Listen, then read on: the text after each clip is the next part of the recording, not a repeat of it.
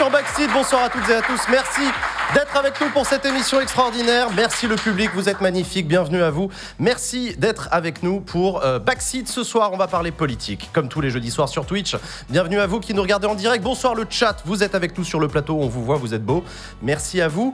On va parler politique dans cette émission pendant plusieurs heures, comme chaque jeudi. Et comme chaque jeudi, on commence par un before de Backseat. Le before de Backseat, c'est le début de l'émission. On est entre nous, tranquille, on fait chauffer l'ambiance et on en profite pour vous présenter soit des partenaires, soit des gens qu'on a envie de vous présenter parce qu'ils ont des choses à dire et nous, ça nous intéresse de les écouter sur des sujets particuliers. Aujourd'hui, on a voulu parler d'un sujet important, c'est celui des artisans boulangers. Vous le savez parce que vous suivez ma chaîne, on en parle beaucoup dans l'actualité politique autour de l'augmentation du prix, autour de l'inflation, autour de l'augmentation des matières premières, le prix de l'électricité, etc.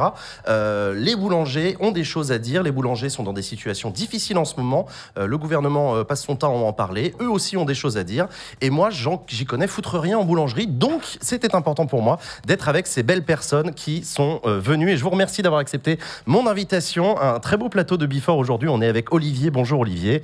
Bonsoir, Olivier Gérard, président des boulangers-pâtissiers de l'Essonne, du Val-d'Oise et des Yvelines et artisan boulanger-pâtissier depuis quelques décennies. Voilà, c'est exactement ce que j'avais sur ma fiche, c'est vachement bien, bravo, merci beaucoup. Et voilà, c'est toi avec ton syndicat qui est en lien avec le gouvernement aussi pour parler de la situation. Alors, voilà, tu nous expliqueras ça, ça, t'inquiète pas. Avec nous aussi Damien, salut Damien. Bonsoir. Merci d'avoir accepté notre invitation dans le Before de Backseat. T'es artisan boulanger toi aussi depuis 20 ans. Exactement. Depuis 20 ans, t'as un talent particulier puisque t'as été élu meilleure baguette de Paris l'année dernière. Exactement. Et c'est toi qui livres l'Élysée. Mais pourquoi l'applaudir? Bravo.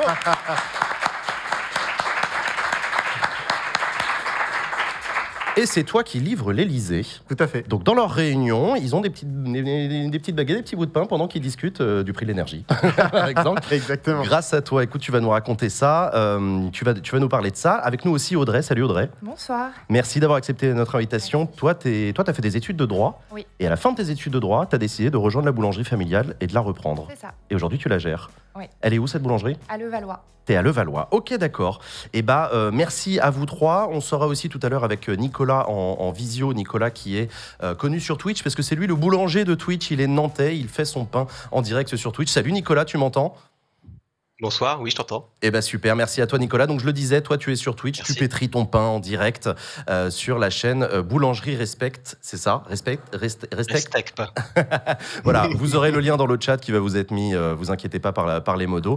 Et on va aussi discuter avec toi parce que toi tu es en lien direct avec le public puisque tu fais en live ton métier de boulanger depuis Nantes. On en parle donc de ces difficultés rencontrées par les boulangers. Toi, Audrey, est-ce que tu pourrais nous faire une sorte de panorama de c'est quoi aujourd'hui les difficultés que vous rencontrez? Elles sont économiques, c'est les factures, c'est le chiffre d'affaires, c'est quoi? Aujourd'hui, la principale difficulté, c'est la facture énergétique. Ok, voilà. C'est-à-dire électricité, gaz, vous payez quoi? Électricité. Ok, électricité, voilà. En gros, c'est les fours. Les fours, c'est ça, exactement. En fait, pour bien comprendre, on a un besoin énergétique qui est très important en boulangerie, dû au four. Donc, c'est un peu technique, mais on a des compteurs particuliers qui sont des compteurs jaunes. Et aujourd'hui, on n'est pas protégé par l'État. D'accord. On a des factures qui sont complètement déplafonnées. Donc, on se retrouve aujourd'hui, enfin, en tout cas, pour notre cas, une facture qui est multipliée par 5. Donc, en fait, nos factures électriques vont passer à 15 000 € mensuels. Alors qu'avant, c'était 3 000 €. Ah ouais, d'accord, on passe de 3 à 15. C'est ça. Mais c'est phénoménal, parce que pour le chiffre d'affaires d'une boulangerie comme la vôtre, sur un mois, ça représente quoi? Ça représente environ 80 000 €. Vache. Ah oui, d'accord, ok, c'est concret. On peut plus concret, d'accord. Et c'est une énorme facture qui arrive à la fin. Et jusqu'à présent, aujourd'hui, on ne sait pas comment on va faire pour la payer. Enfin, si l'État ne nous aide pas, ça va être une catastrophe. C'est les cas, on va tenir quoi? Un mois, à la fin, c'est fini. C'est fini. On n'a pas la trésorerie suffisante pour payer ces factures. C'est absolument énorme. On reste dans le flou. Et du coup, l'augmentation du prix de la baguette, toi, Damien, c'est un choix que tu as fait? En fait, c'est mon patron. Moi, je suis salarié dans une entreprise. D'accord. Donc, on a un petit peu augmenté notre baguette de 10 centimes il n'y a pas très longtemps. Justement, dû au fait aussi que l'énergie, on a repris 15%, nous. Parce qu'on a un contrat encore valide jusqu'en 2024. Donc, on n'est pas encore impacté. Juste 15%, mais c'est déjà énorme. Ouais. Donc, on a mis 10 centimes par baguette, ce qui est déjà beaucoup. Après, la suite, moi, je suis aussi là pour parler de tous mes collègues et amis qui sont dans des situations où on voudrait, quoi. Ouais, non, mais bien sûr, bien sûr. Olivier, il y a le prix de l'électricité, tu en as parlé, en fait, pour faire fonctionner le four qui fait la tournée de pain. Pour quelqu'un comme moi qui ne connaît pas grand-chose, comment est-ce que vous... Il n'y a pas que ça dans la baguette, il y a aussi des matières premières qui ont aussi augmenté avec la guerre en Ukraine, non? Alors, je vais te montrer quelque chose. Vas-y. Tu vois, quand je prends cette baguette, je la coupe en deux. Il rompit le pain. Voilà, je romps le pain. Mmh. Mais là, tu as déjà 50% de masse salariale.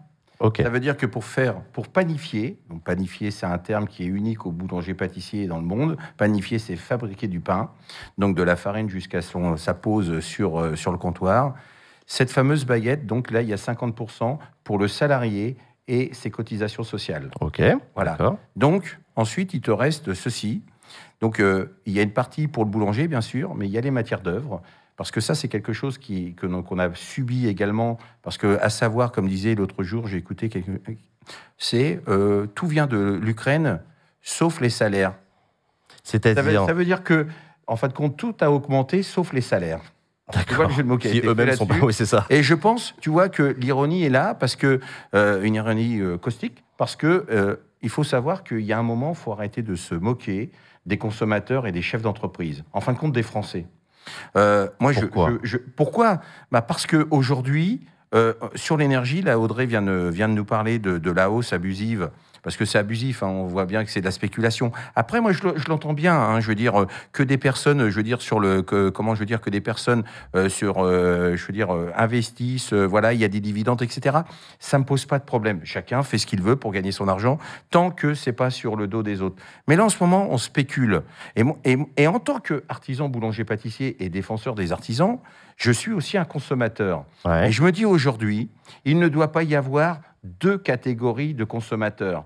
Une catégorie qui va pouvoir se permettre d'acheter une baguette qui va bientôt passer à 1,50 € en tradition française, qui va peut-être flirter avec les 2 €, et une baguette qui va se retrouver, je ne vais pas les citer, chez un vendeur de pâtons, où sa baguette viendra de Pologne, où il y a 4 fois plus d'ingrédients. Alors, je te dis même pas des ingrédients qu'il y en a en plus dans cette baguette. Ouais. Donc, en fin de compte, qui vont nourrir ton cancer et qu'on laisse faire. Et qui sont moins chers que les 1,50 € en boulangerie. Mais bien sûr. Parce que du coup, vous faites face à une concurrence des grandes surfaces, il faut le dire, qui vendent du pain industriel. Comment est-ce que les consommateurs en achètent beaucoup de ce pain industriel? Je ne me rends pas compte. Alors, si tu veux, aujourd'hui, il y a une baguette sur deux qui n'est plus vendue chez l'artisan boulanger. Ok, une sur deux. Voilà. D'accord. Donc, ça veut dire que moi, ce que je veux défendre, c'est que ces gens qui sont autour de nous, hein, hommes, femmes, je veux dire, et tous les Français doivent manger du pain qui vient de chez leur artisan boulanger-pâtissier. Ça ne doit pas être un produit élitiste. Mmh. Voilà, on ne peut pas, la libéralisation du prix du pain a fait que les prix sont libres, ça c'est un fait, mais je pense que la baguette de consommation courante, alors je ne parle pas de la tradition, je parle de celle qui est, tu sais, qu'on a l'habitude, la parisienne. La baguette, ouais. Voilà, donc cette baguette que l'on mange quotidiennement, qu'on retrouve souvent dans le Paris-Beurre, eh bien cette baguette, je veux dire, elle doit être accessible à tout le monde.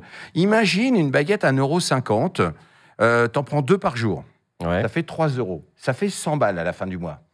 Tu as des couples en ce moment ou une personne qui va toucher entre 900 et 1500 balles par mois.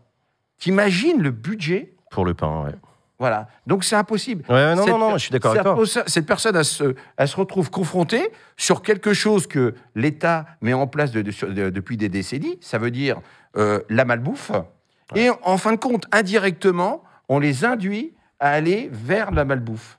Parce que le mec ne pourra pas se payer une baguette de tradition française à 1,50 €. Pour parler des difficultés que vous rencontrez, Damien, je me tourne vers toi. Le pain, les boulangeries sont des entreprises. Vous n'avez réalisé aucun bénéfice l'année dernière. Oui, moi, mon patron a 3 grosses entreprises. Effectivement, cette année, on n'a pas fait de bénéfice.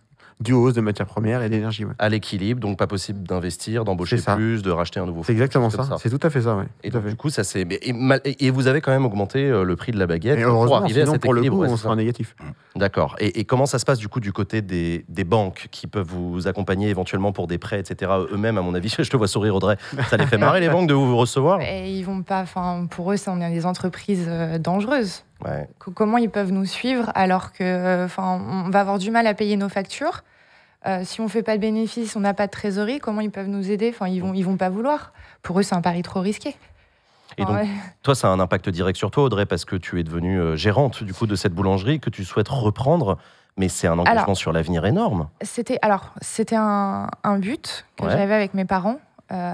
C'était de reprendre leur affaire. Mais quand on voit en fait ce que devient la boulangerie, toutes les charges qu'on a, ces factures électriques qui nous tombent dessus, les aides inexistantes, enfin, c'est un énorme pari. Et je ne sais pas si je serais apte du coup à le faire.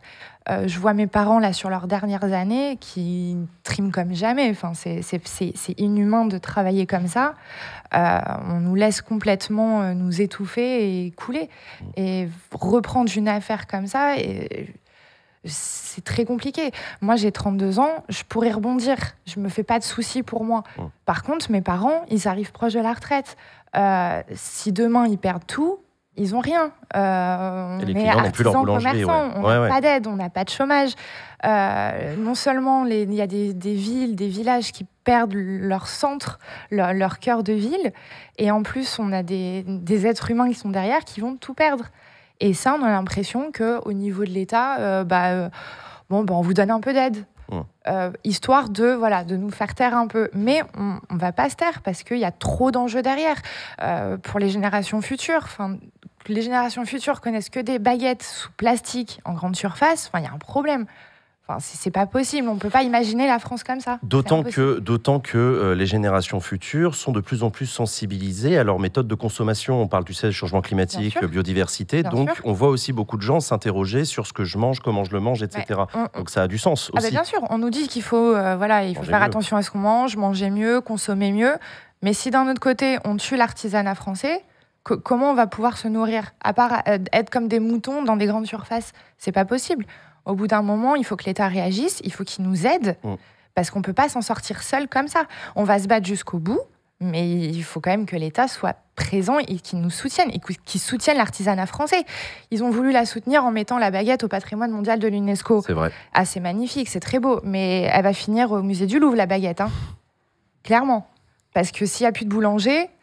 c'est pas la baguette de supermarché qui est censée être à l'honneur. J'espère pas.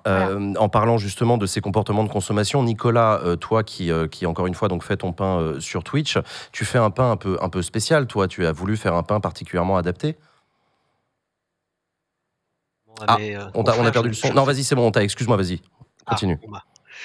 Oui, comme je disais, contrairement à mes confrères, moi je ne fais pas de baguette. J'ai pris le pari de faire simplement des pains au poids, donc qui sont plus gros, mais en travaillant surtout sur des farines différentes. Moi je travaille sur des farines de blé de pays, donc qui sont cultivées à 30 km du Fournil par un meunier indépendant, qui en fait n'est pas soumise aux variations de prix de marché, puisque ce sont des farines qui n'intéressent pas les industriels, puisque les gluten ne sont pas assez forts pour être travaillés par des machines.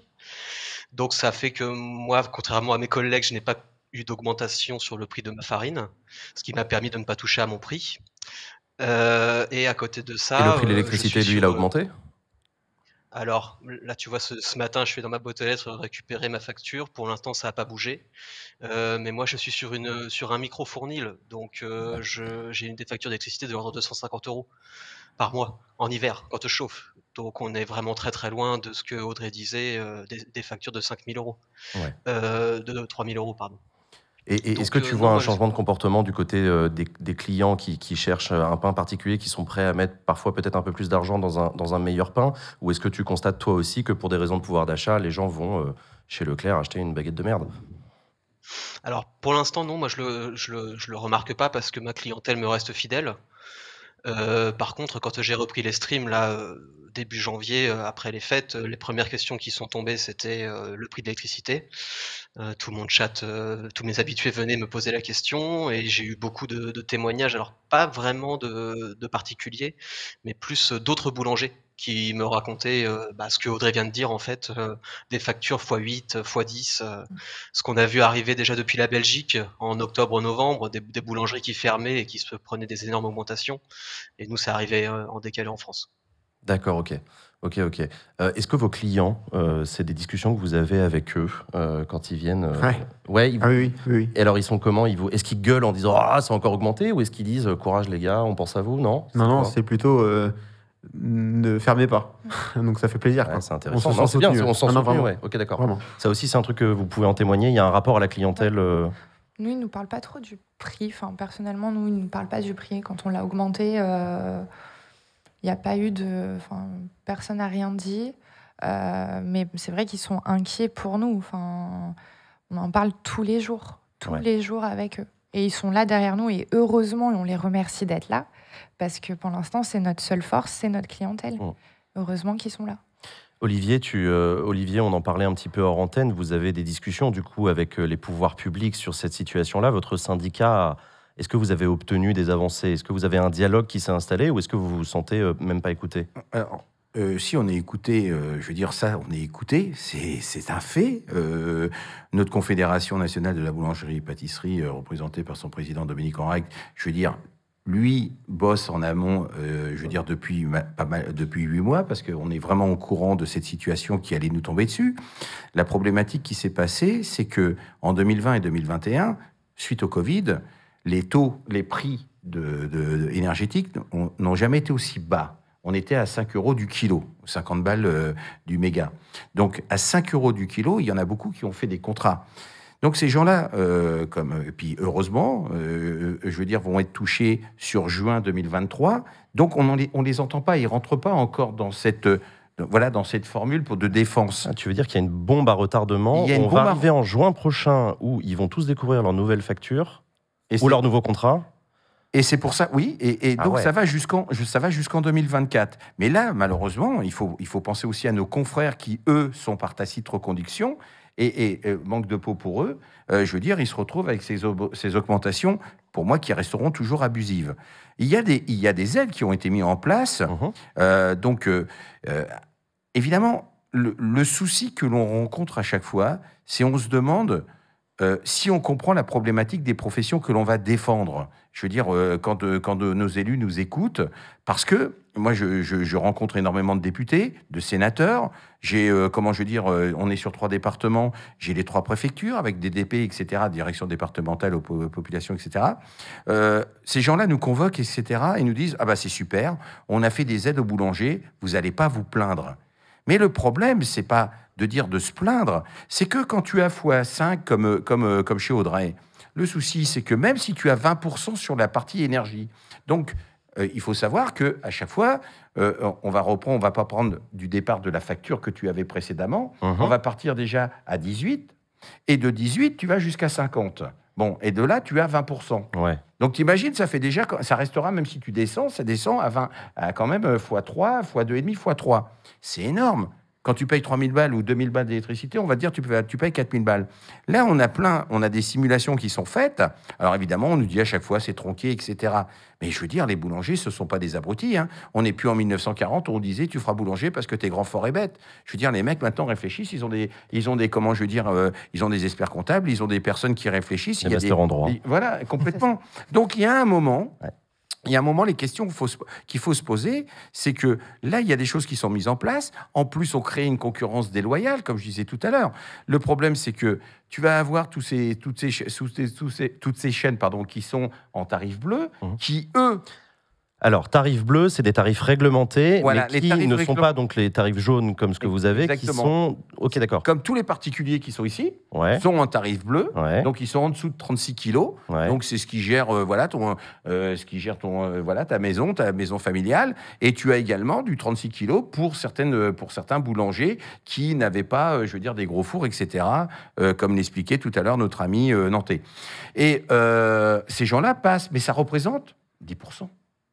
Oui, d'accord, je comprends. Voilà. Et après, tu as ce bouclier dont des entreprises de moins de 10 salariés. Le bouclier tarifaire, oui. Voilà. Ça a été annoncé par le gouvernement, oui, on l'a entendu. Et je veux dire, de ces personnes-là, ça représente, si tu veux, avec les 10%, ça représente sur l'Île-de-France, ça en représente que 65-70%. Parce qu'on a des boîtes qui... Alors, c'est pas la problématique des 2 millions, parce que tout le monde ne fait pas 2 millions. Hein. Ça, faut pas rêver. Hein. Je veux dire, je suis pas venu en Porsche. Hein.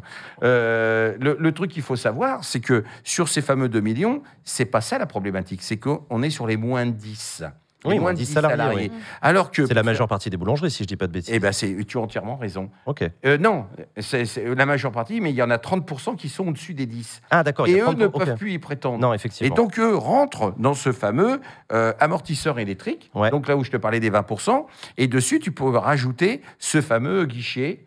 Donc, guichet qui veut dire ces fameux 20% que tu peux rajouter sur ces 20%. Donc, ça ne fait pas 40. C'est du résultat des 20%. Ouais. Tu rajoutes 20%. Ouais. Donc là, on demandera à une mathématicienne qui nous répond. Je ne l'ai pas non plus, Audrey, je te rassure. Mais ok, j'ai l'idée. Non, mais voilà. D'accord, donc si tu veux. Pas ouf et ça, alors attends, le paradoxe, c'est qu'on ne peut pas y prétendre.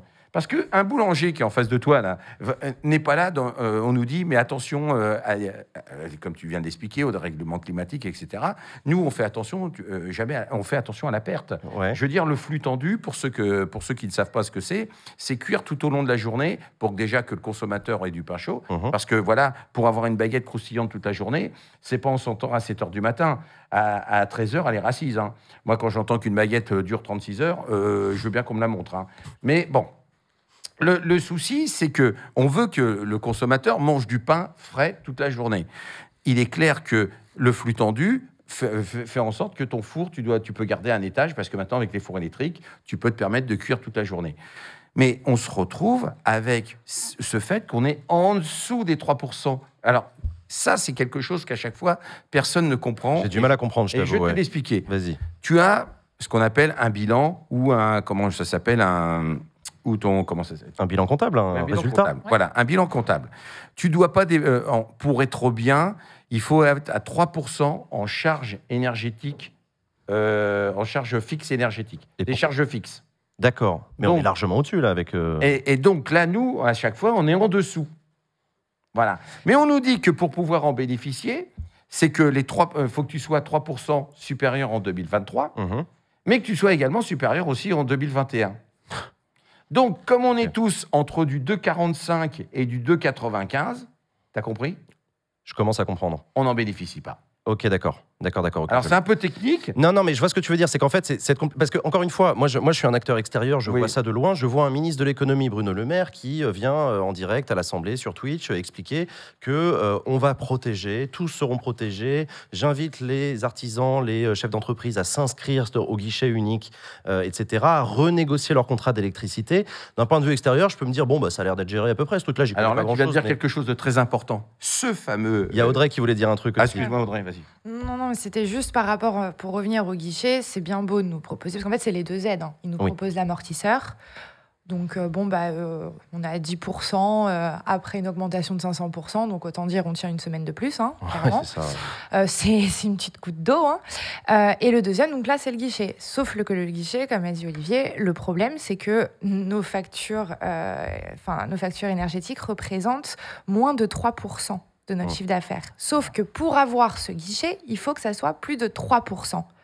Donc, on n'y a pas le droit. En fait, on n'a pas le droit aux aides. D'accord, vous tombez dans des trappes à... Ouais, d'accord. Et puis, à nous de renégocier nos contrats. Enfin, tu pèses pas très lourd face à... et puis, l'État est actionnaire de l'EDF, non ? Enfin, je comprends pas. C'est aussi sa part de travail à faire. Je crois qu'il y a des discussions qui ont eu lieu avec les énergéticiens là-dessus. Oui, non, mais... Non, mais tu as raison, parce que là, ça bouge en ce moment. Là, on voit bien qu'il y a des dégringolades du pic énergétique, c'est clair. Hein. On était sur du 500 000. Là, on arrive à descendre sur du... Même, je l'ai vu là dernièrement, à 13. Il est clair. Mais le problème, c'est qu'il faut dénoncer les contrats. Et dénoncer les contrats, on nous a dit qu'on pouvait le faire. Notre président de la République s'y a engagé. Sauf que ce sont des chefs d'entreprise, ceux qui sont en face de nous, nos fournisseurs. Toi, je vais te dire, je prends la boîte ici. Voilà, je vais te payer 50% de moins. Tu vas me dire, mais attends, Coco, tu rigoles là. Mais ils font du business eux aussi. Voilà. Donc ils font du business. Donc ça, si tu veux, comme je dis souvent, il faut qu'il y ait un moment, il faut redresser de l'autre côté. On a vu les images de Loopsider. D'ailleurs, je remercie Loopsider qui nous a autorisé à diffuser leurs images. Ces images qui ont été tournées chez toi, Damien, où on te voit faire ton pain. Meilleure baguette de Paris, comme je le disais. Tu livres l'Élysée. C'est important, le pain, symboliquement en politique. C'est pas un produit comme les autres. Non, c'est des milliers d'années d'un symbole très particulier, le pain qui nourrit le peuple, etc. Au moment de la Révolution française, l'augmentation du prix du pain a été un des facteurs aggravants, voire déclenchants. Est-ce que c'est quelque chose que tu vois aussi symboliquement dans le paysage politique actuel, le fait qu'on en parle autant ? Oui. Moi, déjà, ça me fait plaisir que... Ce qui fait plaisir, c'est que... regardez, aujourd'hui, je suis là pour en parler avec mes amis. C'est génial. On est vraiment soutenus. On a la chance de faire un produit qui nous représente, nous, les Français. On ne peut pas laisser mourir ça. C'est impossible. On parle de Français, on a toujours la baguette sous le bras, quoi. Donc, il faut qu'on trouve des solutions absolument pour pas mourir, parce que moi, c'est toute ma vie, ce métier-là. On ne peut pas. Moi, j'entends des fois des boulangers qui sont vraiment en larmes parce qu'ils voient que c'est plus possible, quoi. Et on peut pas, c'est impossible, improbable. Ouais, c'est terrifiant. Ouais. Nicolas, toi aussi, on en parlait tout à l'heure en antenne, la symbolique du pain vis-à-vis du public, c'est quelque chose qui touche particulièrement. Tu sens que les boulangers sont plus soutenus que d'autres artisans ? Oui, j'en ai l'impression. Faut pas oublier quand même que ça touche pas que les boulangers, ça touche aussi les pâtissiers, les chocolatiers, les restaurateurs. On est tous touchés par ça. Moi, je voudrais revenir sur ce qui a été dit. Je suis d'accord pour que le gouvernement aide, c'est son rôle, qu'il puisse aider les entreprises à passer ce moment difficile. Mais je pense aussi que ça doit être une action collective de la part de tout le monde. Il faut aussi que le consommateur comprenne, et c'est très bien ce que vous faites ce soir dans cette émission pour en parler aux gens, pour que les gens ils comprennent ce à quoi font face les boulangeries aujourd'hui. Les encourager à continuer à aller acheter leur pain chez les artisans, c'est une super manière de nous aider. Et puis il va peut-être aussi falloir à un moment que la boulangerie se remette en question, tu vois aussi. Parce que je me demande, est-ce qu'on n'est pas en train de vivre l'hiver le moins dur du restant de nos jours, tu vois? Est-ce que la situation qu'on est en train de vivre actuellement n'est pas le début de quelque chose et de quelque chose qui va durer dans les années? D'accord. Est-ce que Tu veux dire que c'est la fin de l'abondance aussi pour les artisans, qu'il va falloir changer de modèle, c'est ça que tu dis ? Peut-être. je m'interroge. Okay. Je m'interroge parce que moi, quand j'analyse ça, le besoin en énergie actuellement des boulangeries, c'est dû, selon moi, à la surmécanisation du métier. On utilise des machines pour tout, qui forcément consomment de l'électricité de A à Z. Pourquoi est-ce qu'on a surmécanisé le métier? Ça a été pour répondre aux besoins de nos sociétés de consommation, produire plus vite et moins cher. Est-ce qu'il ne faut pas qu'on en revienne de ça, qu'on s'interroge pour modifier les choses, utiliser moins de machines? Okay. Il y a une mouvance actuelle de plein d'ingénieurs qui travaillent sur, par exemple, des fours solaires. Moi, par exemple, je pétris à la main, je n'utilise plus de pétrin mécanique. Peut-être utiliser de moins en moins le froid négatif, qui est aussi un gros consommateur d'électricité. Peut-être les boulangeries qui le pourront, alors ça va être compliqué, j'ai vu la question dans le chat, mais aussi penser à changer les fours, puisque c'est le premier pôle de dépense, ce sont les fours. Moi, j'ai eu la chance de m'installer récemment, donc j'ai fait le choix d'acheter un four neuf de 2021 qui est optimisé en termes de consommation consomme moins électrique. que des fours d'ancienne génération, c'est ça ? Ok. Voilà, en termes d'isolation aussi, ça n'a rien à voir. Donc tout ça, ça permet de moins consommer in fine. Après, il faut avoir les moyens. On parlait de Bien la sûr. banque tout à l'heure, il faut qu'elle te suive sur ton nouveau four parce que. Bien sûr. Mais je comprends, surtout si tu as un amortissement et que tu es encore en train d'amortir ton. Je peux répondre Tu vas pouvoir répondre, mais c'est une question que du coup je voulais vous poser. L'évolution du métier de boulanger dans les décennies qui viennent, est-ce que c'est quelque chose qui fait partie aussi des solutions sur la table ? Mais bien sûr, parce que là, c'est clair Olivier. que la Confédération s'y attelle avec, je veux dire, les pouvoirs publics et évidemment avec tout ce qui a été fait dernièrement. Mais il y a quelque chose, je voudrais rebondir, parce que de dire qu'il y a eu cette industrialisation, il y a un truc quand même qu'on oublie, hein, c'est que même si c'est moi qui est le plus vieux ce soir et que même si je ne l'ai pas connu, je veux dire, on est quand même sorti, je veux dire, en 45 jusqu'en 55, il y avait encore les tickets De rationnement. de rationnement.